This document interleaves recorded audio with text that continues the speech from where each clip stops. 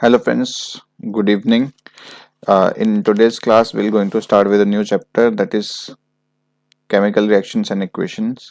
इसमें मैं directorate of education का जो सपोर्ट मटेरियल फ्रीली अवेलेबल है वहाँ से स्टार्ट करने जा रहा हूँ। इसमें हम पहला चैप्टर डिस्कस करेंगे जो है हमारा केमिकल रिएक्शंस एंड इक्वेशन, रासायनिक अभिक्रिया एवं समीकरण। इसमें जो मीडियम रहेगा वो दोनों रहेगा, हिंदी प्लस इंग्लिश। जो कंटेंट है वो आपका इंग्लिश मीडियम में रहेगा और जो उसका एक्सप्लेनेशन है वो हिंदी और इंग्लिश दोनों में रहेगा। तो स्टार्ट करते हैं। तो सबसे पहले केमिकल रिएक्शन क्या होता है वो समझते हैं। उससे पहले हमें समझना है कि केमिकल रिएक्शन में को समझने से पहले हमें समझना है कि केमिकल चेंजेस क्या होते हैं। केमिकल चेंजेस क्या होते हैं ये समझते हैं पहले।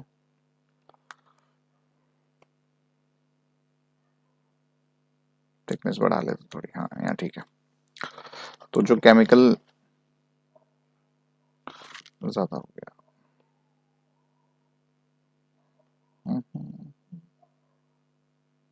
आई थिंक इतना काफी है। केमिकल चेंज, ऐसे चेंज जो इरिवर्सिबल हो, ऐसी अभिक्रियाएं, ऐसे बदलाव जिनको हम वापस से दोबारा से सेम चीज नहीं ऑब्टेन कर सकते, उसको कहते हैं हम केमिकल चेंजेस। केमिकल चेंज ही एक फाउंडेशन ले करते हैं केमिकल रिएक्शंस का।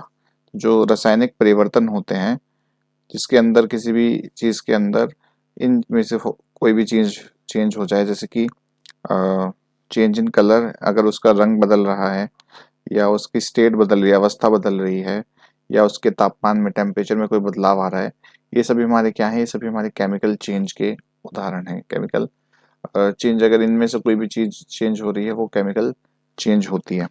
अब केमिकल चेंज की वजह से क्या होता है, केमिकल रिएक्शन होते हैं।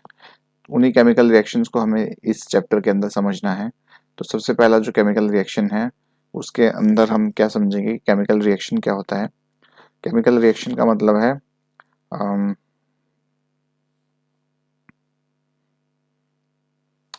केमिकल रिएक्शन का मतलब है जिसमें नए सब्सटेंस बने और उन नए सब्सटेंस की क्या होती है, नई प्रॉपर्टीज होती हैं। केमिकल रिएक्शंस को हिंदी में कहते हैं रासायनिक अभिक्रिया। रासायनिक अभिक्रिया वो होती हैं जिनके अंदर नए नई चीजें बनती हैं, जिनके नई प्रॉपर्टीज होती हैं, नई विशेषताएं होती हैं। तो रासायनिक समीकरण हमारे क्या होते हैं, रासायनिक केमिकल रिएक्शंस क्या होते हैं। केमिकल रिएक्शंस एक ऐसी प्रक्रिया है, ऐसी प्रोसेस है जिसमें हमारे नए सब्सटेंसेस बनते हैं जिनकी नई प्रॉपर्टीज होती हैं, उनको हम कहते हैं केमिकल रिएक्शन। इसमें जो केमिकल रिएक्शन होते हैं उसको हम इस तरीके से लिखते हैं, A plus B gives C plus D. तो जो ए प्लस बी हैं वो हमारे क्या हैं, रिएक्टेंट्स हैं, जो किसी भी केमिकल रिएक्शन में, रासायनिक अभिक्रिया में पार्टिसिपेट करते हैं उसको कहते हैं हम केमिकल रिएक्टेंट्स। इसी को हम हिंदी में कहते हैं अभिकारक। अभिकारक।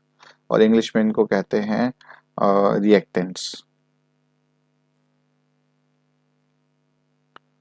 तो केमिकल रिएक्टेंट्स क्या होते हैं, जो भी केमिकल रिएक्शन में पार्टिसिपेट करे, जो रासायनिक अभिक्रिया में भाग लेते हैं, उनको कहते हैं हम केमिकल रिएक्टेंट्स। और जो उस रिएक्शन के बाद जो हमें मिलता है उसको कहते हैं प्रोडक्ट। हिंदी में कहते हैं उत्पाद, प्रोडक्ट्स। तो केमिकल रिएक्शंस के कौन कौन से उदाहरण हैं, जैसे डाइजेशन ऑफ फूड है, हमारा खाना अगर पच गया है तो वो हमारा क्या होता है, it is an example of chemical reaction. उसके अलावा जो हमारा एग्जांपल है वो है रेस्पिरेशन। रेस्पिरेशन में मतलब है जो श्वसन क्रिया है, उसमें हमारा जो बनता है, जो हमारा आउटकम आता है, जो भी हमारा बाहर निकलता है, जिससे कि हम CO2 बाहर निकल रहा है, वो एक केमिकल रिएक्शन है। ये क्वेश्चन पूछा जाता है CBSE में कि क्या श्वसन श्वसन किस प्रकार की अभिक्रिया है, तो इसका आंसर होगा biochemical. Rusting of iron, iron जो है वो जब उस पर जंग लगता है, लोहे पर जंग लगना, वो किस तरीके का उदाहरण है, वो हमारा केमिकल रिएक्शन का उदाहरण है। बर्निंग ऑफ मैग्नीशियम रिबन, इसका रिएक्शन जो है वो कुछ ऐसे लिखा जाता है, Mg+O2 गिव्स MgO। इसको बैलेंस करने के लिए हम 2 लिख देंगे दोनों तरफ, ये हमारी इक्वेशन जो है वो बैलेंस हो जाएगी।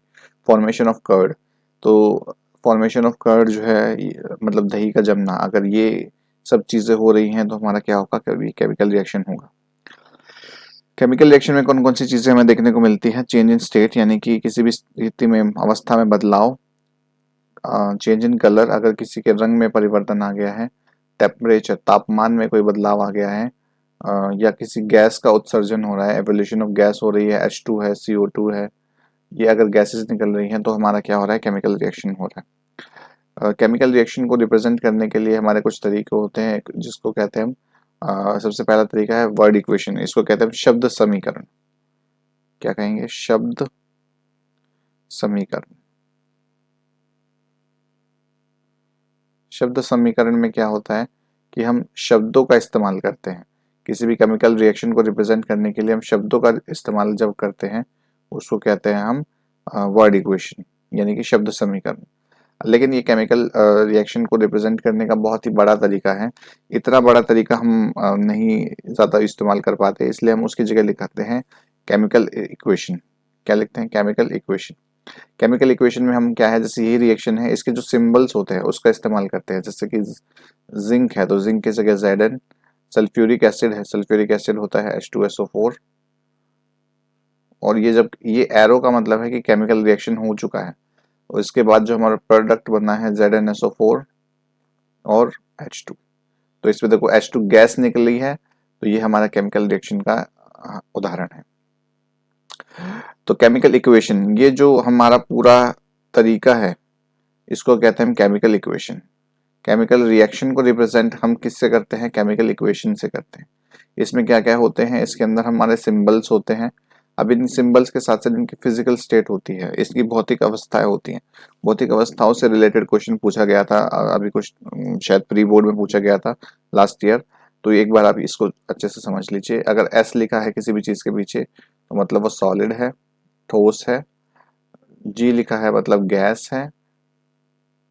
L लिखा है लिक्विड है। और अगर AQ लिखा है, ये इंपॉर्टेंट है, ये है aqueous solution. Aqueous solution, aqueous solution को जलीय विलयन कहते हैं। जलीय विलयन, ये पूछा गया है AQ का क्या मतलब है? तो AQ का मतलब है जलीय विलयन। जैसे मैग्नीशियम है, उसको बर्न किया जाता है तो 2MgO बनता है। इसका एक मैं वीडियो आपको डिस्क्रिप्शन सेक्शन में डाल दूंगा, जिसमें मैंने मैग्नीशियम रिबन को बर्न करते हुए दिखाया हुआ है। अगर देखो ये जो एरो है, इसके ऊपर अगर हमने कुछ और चीजें ऐड की हैं या कोई स्पेसिफिक कंडीशन है किसी भी केमिकल रिएक्शन की, तो वो हम लिख सकते हैं। जैसे कि टेम्परेचर है, प्रेशर है, कैटलिस्ट हमने अगर कोई डाला है, तो वो हम सब यहाँ पे लिख सकते हैं। नेक्स्ट टॉपिक है हमारा balancing of chemical equation. Law of conservation of mass, द्रव्यमान संरक्षण का नियम क्या कहता है कि मैटर जो है, पदार्थ को हम ना ही क्रिएट कर सकते हैं, ना ही हम उसको खत्म कर सकते हैं, डिस्ट्रॉय कर सकते हैं किसी भी केमिकल रिएक्शन में। एक भी केमिकल रिएक्शन जो होता है उसमें हम पदार्थ के ना हम उसको नया बना सकते हैं, ना ही हम उसको खत्म कर सकते हैं। इसका मतलब ये है कि उसका जो मास है, द्रव्यमान है, पूरे रिएक्शन में रिएक्टेंट्स का, अभिकारक का और जो प्रोडक्ट का द्रव्यमान है वो क्या रहेगा? वो बराबर रहेगा। इसके लिए हम ये इक्वेशन जो है उसको देखते हैं हीट एंड ट्रायल मेथड से। चरणबद्ध संतुलित कर रहे हैं हम उसको, और स्टेप वाइज बैलेंसिंग कर रहे हैं। कैसे कर रहे हैं एक बार देख लेते हैं।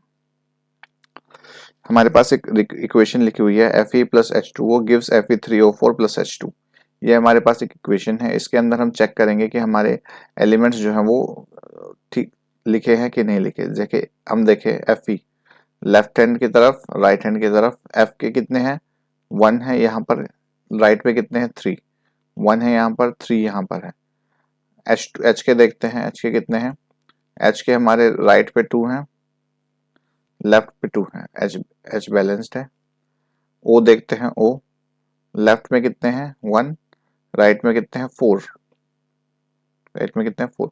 तो देखो यहाँ पे बैलेंस सॉरी बैलेंस जो है वो नहीं है इक्वेशन। आयरन लेफ्ट में 1 है, राइट में 3 है, हाइड्रोजन 2 है, ऑक्सीजन 1 है, 4 है। तो ये अनबैलेंस्ड है। तो हमें क्या करना है? इसको बैलेंस करना है, क्योंकि हमें law of conservation of mass यानी कि द्रव्यमान संरक्षण का नियम जो है उसको सही साबित करना है। तो इसके लिए हम क्या करेंगे? ऑक्सीजन को 4 से मल्टीप्लाई कर देंगे लेफ्ट हैंड साइड पे। तो जो हमारी इक्वेशन है वो कुछ ऐसे बन जाएगा Fe plus 4H2O gives 3O4 plus H2। अब यहाँ देखो, यहाँ पर ऑक्सीजन 4 हो गए, 4 इंटू ये पूरे से मल्टीप्लाई होगा ऐसे, तो ऑक्सीजन 4 हो गए, तो हाइड्रोजन कितने हो गए, 4 टू जा 8, तो यहाँ पे भी हमें 4 करना पड़ेगा। तब हाइड्रोजन और ऑक्सीजन हमारे क्या हो गए, बराबर हो गए। यहाँ पे कितने हो गए, राइट हैंड साइड पे 4 हो गए, लेफ्ट हैंड साइड पे भी 4 हो गए, राइट हैंड साइड दोनों तरफ हमारे 4 हो गए।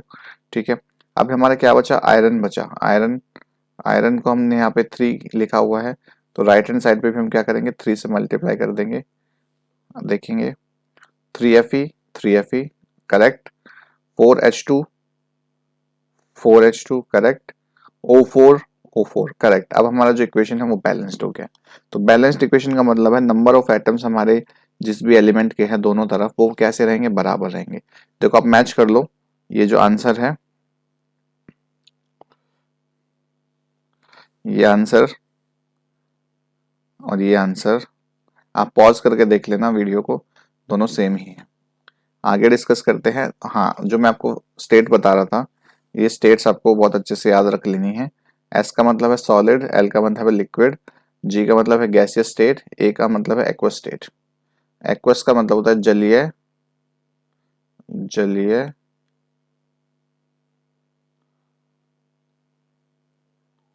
विलयन। अगर आपने ये सब चीजें यहाँ से ना एक बार इसको बहुत अच्छे से याद कर लेना, इसको नोट डाउन कर लेना, क्योंकि ये यहाँ से एक बार एमसीक्यू पूछा गया है। अब हम बात करते हैं, जैसे मैंने आपको पहले ही बताया कि अगर कोई स्पेसिफिक कंडीशन लगनी है तो वो इस एरो के ऊपर लिख दी जाती है। जैसे कोई टेम्परेचर है 443 केल्विन, या फिर हमने कोई इसमें डाल दिया है, कैटलिस्ट डाल दिया H2SO4, ये बस मैं एग्जांपल के तौर पे लिख रहा हूँ, ऐसा इसमें डालना नहीं है कोई भी, बिना उसके हो जाता है। तो ये सब हम अगर इसके अंदर डालते हैं तो हमारा जो जो भी चीज़ें हैं इनको हम इस एरो के ऊपर लिखते हैं। पार्ट 1 इंट्रोडक्शन हो गया इस चैप्टर का। अब हम पार्ट 2 पे स्विच करेंगे, that is how can we understand the different type of chemical equations, chemical reactions. This अलग अलग टाइप के केमिकल रिएक्शंस को एक एक करके डिस्कस करते हैं। सबसे पहला है हमारा कॉम्बिनेशन रिएक्शन। कॉम्बिनेशन रिएक्शन को हिंदी में कहते हैं हम संयोजन अभिक्रिया। जैसे इसका नाम है, देखो केमिकल रिएक्शंस चैप्टर जो है ये इस केमिस्ट्री का 10th क्लास का सबसे आसान चैप्टर है, क्योंकि इसके अंदर सिंपल सिंपल सी चीजें पूछी जाती हैं, और जो पूछा जाएगा ना उसका, कोई भी रिएक्शन अगर पूछा जाएगा तो उसका आंसर आपको उसके नाम में ही मिल जाएगा। जैसे इसका मतलब है कॉम्बिनेशन, हिंदी में इसको कहते हैं संयोजन। संयोजन का मतलब होता है किसी भी चीज को जोड़ना। तो अब हम किसको जोड़ सकते हैं, रिएक्टेंट्स को। रिएक्टेंट्स को यानी कि अभिकारक को जब हम जोड़ते हैं तो उससे हमारा क्या बनता है, एक एकल उत्पाद बनता है, सिंगल प्रोडक्ट बनता है, एकल उत्पाद। जब हमारा एकल उत्पाद बने उसको कहेंगे हम कॉम्बिनेशन रिएक्शन। जैसे बर्निंग ऑफ कोल है, बर्निंग ऑफ कोल में क्या है, कार्बन और ऑक्सीजन आपस में मिलकर क्या बनाएंगे, CO2 बनाएंगे। वाटर का फॉर्मेशन है, H2 और O2 आपस में मिलकर क्या बनाएंगे, वाटर बनाएंगे। H2 देखो गैस है, O2 गैस है, और 2H2O क्या है, हमारा लिक्विड है। क्विक लाइम, बिना बुझा चूना, क्विक लाइम होता है CO, बिना बुझा चूना, उसके अंदर पानी डालते हैं तो हमारा क्या बन जाता है, बुझा हुआ चूना बन जाता है। ठीक है, ये वाला रिएक्शन जो है इसमें बहुत ज्यादा हीट निकलती है, इसलिए हम इसको कहते हैं एक्सोथर्मिक रिएक्शन। यहाँ पे थोड़ा आप ध्यान देना, दो टर्म आपको याद रखनी है, एक्सो और एंडो। एक्सो का मतलब होता है एक्सोथर्मिक का ऊष्मा, ऊष्माक्षेपी, ऊष्माक्षेपी, और एंडो का मतलब होता है ऊष्मा शोषी। अब इन दोनों का मतलब क्या है समझना है। एक्सो को याद रखना एग्जिट से। थर्मा, थर्मिक का मतलब है थर्मा, थर्मा मतलब एग्जिट का मतलब बाहर निकलना, थर्मिक का मतलब होता है हीट। तो जिस रिएक्शन में हीट बाहर निकले उसको कहते हैं एक्सोथर्मिक रिएक्शन, ऊष्माक्षेपी रिएक्शन। और ऐसे रिएक्शन जिसमें हीट अंदर देनी पड़े हमें उसको कहते हैं ऊष्माशोषी। एंडोथर्मिक, एंटर जिसके अंदर हीट एंटर करे, ऊष्माशोषी। Reaction in which heat is released along with formation of product is called exothermic reaction. अब इसके एग्जाम्पल कौन कौन से हैं? Burning of natural gas.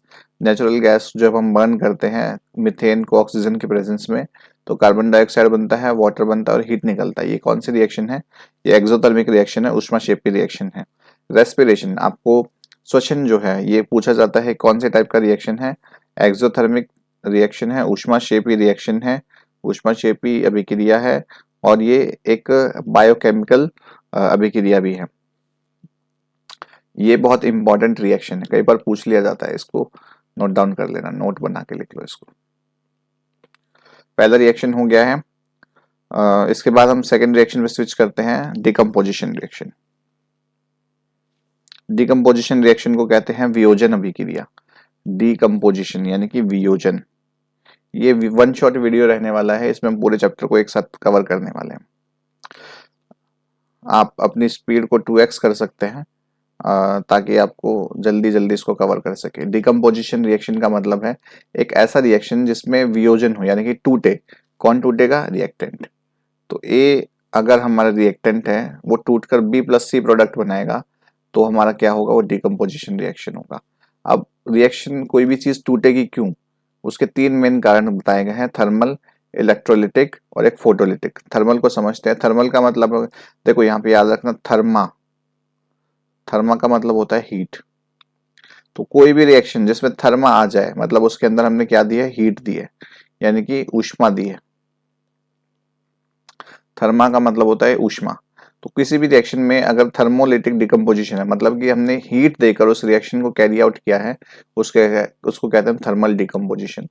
When decomposition is carried out by heating, heat की वजह से डिकम्पोजिशन होता है, कोई भी चीज टूटती है उसको कहते हैं हम थर्मल डिकम्पोजिशन। ऊष्मा की वजह से अगर कोई वियोजन होता है उसको कहते हैं हम ऊष्मीय वियोजन। थर्मल का मतलब होता है ऊष्मीय, ऊष्मीय। डिकम्पोजिशन का मतलब होता है वियोजन। तो ऊष्मा की वजह से वियोजन होता है उसको कहते हैं ऊष्मीय वियोजन। यहाँ देखते हैं फेरस सल्फेट, FeSO4 को जब हमने हीट किया तो फेरिक ऑक्साइड बनेगा, सल्फर डाइऑक्साइड निकलेगा और SO2 निकलेगा। यहाँ पे एक और चीज याद रखना, आयरन जो है दो तरीके के ऑक्साइड बनाता है, Fe2O3 ferric oxide, Fe3O4 ferrous oxide, पूछा जाता है कई बार। लाइमस्टोन को जब हम हीट करते हैं तो उससे क्या निकलता है? क्विक लाइम निकलता है, कार्बन डाइऑक्साइड निकलती है। लेड नाइट्रेट को जब हीट किया जाता है तो उससे हमारा लेड ऑक्साइड बनता है और नाइट्रोजन बनता है, नाइट्रोजन ऑक्साइड बनता है। आगे डिस्कस करते हैं। एक तो था तरीका हीट से डिकम्पोजिशन करने का, अब आता है इलेक्ट्रिसिटी से डिकम्पोजिशन करने का। जब इलेक्ट्रिसिटी से डिकम्पोजिशन किया जाए उसको कहते हैं हम इलेक्ट्रोलिटिक डिकम्पोजिशन। हिंदी में इसको कहा जाता है वैद्युत वियोजन। विद्युत की सहायता से अगर हम वियोजन कर रहे हैं उसको कहते हैं वैद्युत वियोजन। ठीक है। अब देखो जैसे वाटर है, वाटर के अंदर जब हम इलेक्ट्रिसिटी पास करते हैं तो वाटर अपने जो इनिशियल एलिमेंट्स थे हाइड्रोजन और ऑक्सीजन, उसमें टूट गया है। ये किस रेशियो में टूटेगा? 2:1 में, क्योंकि हाइड्रोजन के दो पार्ट हैं और ऑक्सीजन का एक पार्ट है, ये मिलके क्या बनाते हैं? वाटर बनाते हैं। तो ये क्वेश्चन पूछा जाता है कि हाइड्रोजन और ऑक्सीजन के एटम्स का रेशियो क्या रहेगा? 2:1 रहेगा। ये पूरा सेटअप दे रखा है, ये बार कई बार पूछ लिया जाता है इसका, इसको आप अच्छे से एक बार देख लेना। ज्यादा इसमें कुछ डिटेल्स में डिस्कस करने को है नहीं, फिर भी मैं बता देता हूँ। एक सेटअप है, इसमें अंदर हमने ग्रेफाइट रोड डाल रखी है और हमने इसको 6 वोल्ट की बैटरी से कनेक्ट किया गया है। एक पॉजिटिव टर्मिनल है, एक नेगेटिव टर्मिनल है। जो हमारा वाटर, जो हमारा हाइड्रोजन है, इसके अंदर हमने क्या डाला हुआ है? इसके अंदर हमने H2SO4 डाला है ताकि ये रिएक्शन जो है हमारा कैरी आउट हो जाए। तो हमारा जो कैथोड है उसके ऊपर हमारा हाइड्रोजन आके चिपकेगा और जो एनोड है वो उसके ऊपर हमारा ऑक्सीजन आके चिपकेगा। कैथोड का मतलब है हमारा नेगेटिव चार्ज इलेक्ट्रोड, एनोड का मतलब है पॉजिटिव चार्ज इलेक्ट्रोड। और ऑक्सीजन जो है इलेक्ट्रिकली नेगेटिव होता है तो पॉजिटिव चार्ज एनोड पे जाएगा, और हमारा जो हाइड्रोजन है वो पॉजिटिव होता है तो नेगेटिव चार्ज कैथोड पे जाएगा। आगे डिस्कस करते हैं फोटोलिटिक डिकम्पोजिशन। फोटोलिटिक डिकम्पोजिशन का मतलब है कि फोटो का मतलब, अब ये याद रखना, फोटो का मतलब ये नहीं है जो आप फोटो क्लिक करते हो। फोटो का मतलब है anything that is related to light. जो भी चीज हमारी लाइट से रिलेटेड है that is our photolytic photo. Photo का ही भी आ गया, इसका मतलब है something which is related to light. Light. जब डिकम्पोजिशन में लाइट की सहायता से डिकम्पोजिशन किया जाए, जब प्रकाश की सहायता से वियोजन किया जाए, उसको कहते हैं प्रकाशीय वियोजन। प्रकाशीय वियोजन।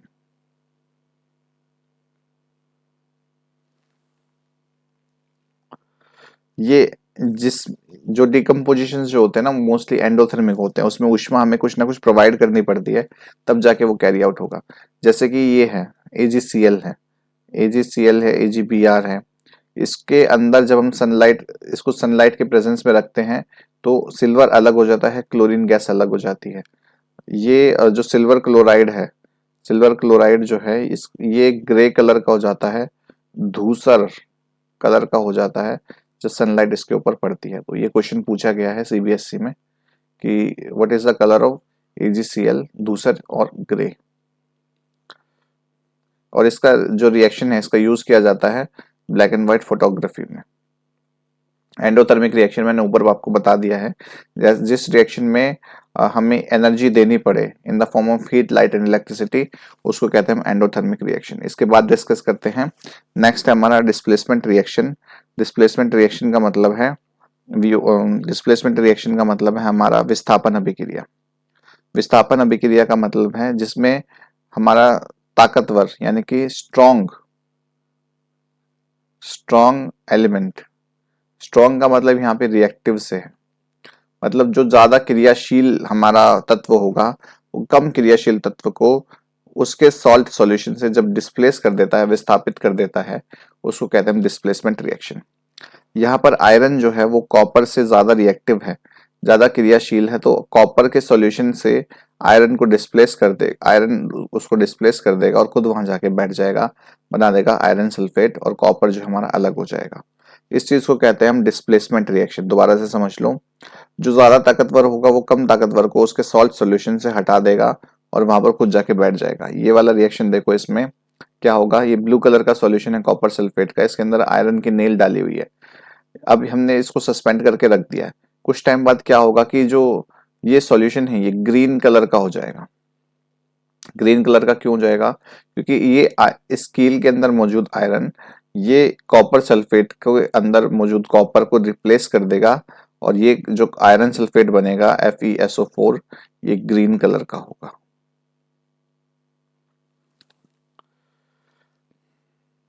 और जो आयरन नेल है वो हमारी ब्राउनिश कलर की हो जाएगी। ऐसे ही एक रिएक्शन आता है Zn जिंक का कॉपर सल्फेट के साथ। जिंक जो है कॉपर से भी ज्यादा रिएक्टिव होता है, जिस कारण से ये इसको डिस्प्लेस कर देगा और जिंक सल्फेट बना लेगा। नेक्स्ट है हमारा double displacement reaction. Displacement reaction में एक चीज डिस्प्लेस होगी, इसमें दोनों चीजें डिस्प्लेस हो जाएंगी। क्यों? क्योंकि यहाँ पे बनेंगे आयंस, आयंस बनेंगे। जैसे सोडियम सल्फेट है, ये बैरियम क्लोराइड के साथ रिएक्ट करेगा, तो सोडियम जो है वो क्लोराइड के साथ जाके जुड़ जाएगा और बैरियम जो है वो सल्फेट के साथ जाके जुड़ जाएगा। दोनों आपस में इंटरचेंज कर लेंगे, म्यूचुअल एक्सचेंज ऑफ आयंस हो जाएगा, आयनों का आदान प्रदान हो जाएगा, जिस कारण से हमारा ये रिएक्शन हो जाएगा, जिसको कहते हैं हम द्विविस्थापन अभिक्रिया। द्विविस्थापन अभिक्रिया, डबल डिस्प्लेसमेंट रिएक्शन। इस रिएक्शन में ना एक ये बनता है BSO4। ये क्या है? ये व्हाइट कलर का प्रेसिपिटेट है, अवक्षेपण होता है ये, अवक्षेपण, अवक्षेप होता है। अवक्षेप क्या होता है? जो चीज पानी में सोल्यूबल नहीं होता, पानी में नहीं घुलता, उसको कहते हैं हम अवक्षेप, प्रेसिपिटेट। प्रेसिपिटेट आगे डिस्कस करते हैं।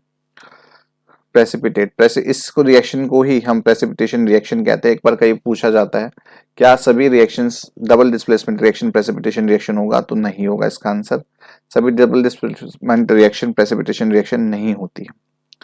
एक और एग्जांपल यहाँ पर गिवन है, पोटेशियम आयोडाइड जो है लेड नाइट्रेट के साथ रिएक्शन करेगा तो हमारा लेड आयोडाइड बनेगा और पोटेशियम नाइट्रेट बन जाएगा। KgBr, potassium bromide barium iodide के साथ रिएक्शन करेगा, पोटेशियम आयोडाइड बन जाएगा और बैरियम ब्रोमाइड बन जाएगा।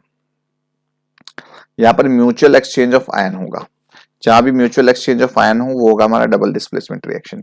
इसके बाद आता है हमारा oxidation and reduction. Oxidation and reduction में क्या है? ऑक्सीडेशन, ऑक्सीडेशन का मतलब होता है ऑक्सीकरण, इसको हम हिंदी में कहते हैं उपचयन। उपचयन, उपचयन। और एक होता है अपचयन। अपचयन में होता है, अपचयन को बोलते हैं रिडक्शन, उपचयन को बोलते हैं ऑक्सीडेशन। दो सिंपल सी चीजें याद रखना, बहुत इजी है ये। अगर ऑक्सीजन ऐड हो रहा है किसी भी रिएक्शन में तो वो होगा हमारा ऑक्सीडेशन रिएक्शन। उसी रिएक्शन में अगर हाइड्रोजन रिमूव हो रहा है तो भी हमारा क्या होगा, ऑक्सीडेशन। या तो इसको सिंपल याद रखना, ऑक्सीजन का एडिशन या रिमूवल ऑफ हाइड्रोजन, दोनों हमारा क्या होंगे, ऑक्सीडेशन रिएक्शन होंगे। अब इसका उल्टा, हाइड्रोजन का एडिशन और ऑक्सीजन का रिमूवल, वो हमारा होगा रिडक्शन रिएक्शन। जैसे ये रिएक्शन देखो, कॉपर के अंदर ऑक्सीजन जुड़ गया तो ये क्या हो रहा है, ऑक्सीजन का जुड़ना हो रहा है, तो ये हो गया हमारा ऑक्सीडेशन रिएक्शन। कार्बन के अंदर, यहाँ पर कॉपर के अंदर ऑक्सीजन जुड़ गया, हमारा कॉपर ऑक्साइड बन गया। अब कॉपर के अंदर हाइड्रोजन जुड़ गया, यहाँ पर क्या हो रहा है, इसके अंदर दोनों रिएक्शन हो रहे हैं। इसके अंदर ये वाला रिएक्शन देखो, ये स्पेशल रिएक्शन है, copper oxide plus H2 gives copper plus H2O।